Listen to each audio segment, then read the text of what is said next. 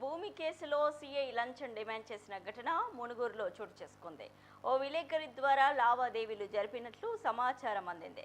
విలేకరులకు ₹1,00,000 డబ్బులు ఇస్తుండగా ఏసీబీ అధికారులు రెడ్ హ్యాండెడ్గా పట్టుకున్నారు. విలేకరిని విచారించగా సీఐ పేరు బయటకు వచ్చింది. దీంతో సీఐ సతీష్ కుమార్ను ఏసీబీ డీఎస్పీ రమేష్ విచారిస్తున్నారు. నేను వై రమేష్ అండి, డిఎస్పీ ఏసీబీ ఖమ్మం. ఈరోజు మనం మణుగూరులో ఉన్నాం. మేము మణుగూరు పోలీస్ స్టేషన్లో ఉన్నాం.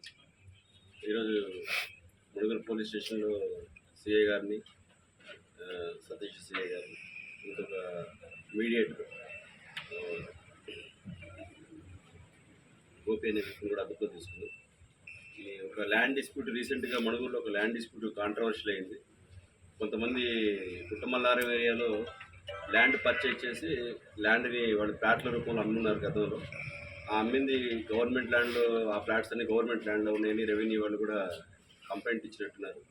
ఆ కంప్లైంట్ మీద ఒక 6 మీద కేసు రిజిస్టర్ అయింది మణుగూరు పోలీస్ స్టేషన్లో.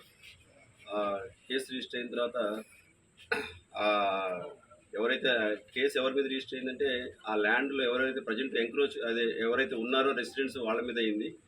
కానీ ల్యాండ్ అమ్మిన వాళ్ళు ఆ ల్యాండ్లో ఉన్నటువంటి ఎగ్జిస్టింగ్ ఉన్నటువంటి వాళ్ళకి అమ్మిన వాళ్ళ మీద ఇంకా కేసు కాలేదు వాళ్ళు.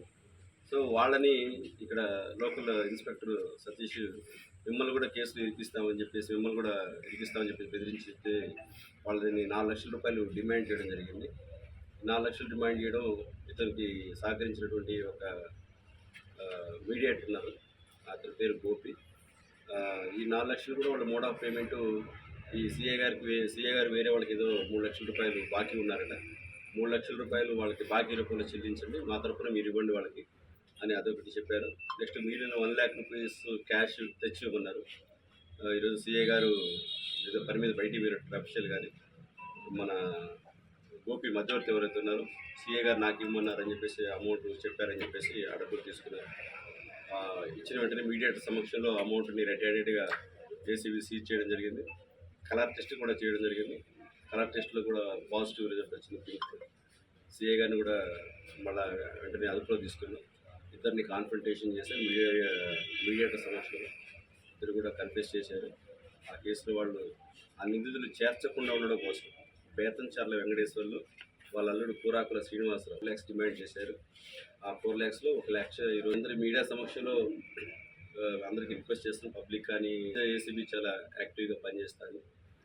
కొంతమంది చెప్పుకోవడానికి ఇంకా వాళ్ళ బాధ లేదని చెప్పుకోవడానికి ఇబ్బంది పడుతున్నట్టున్నారు. టోల్ నెంబర్ 1064 ఉంది, వాళ్ళు కాళ్ళు అటెండ్ అవుతాం మేము.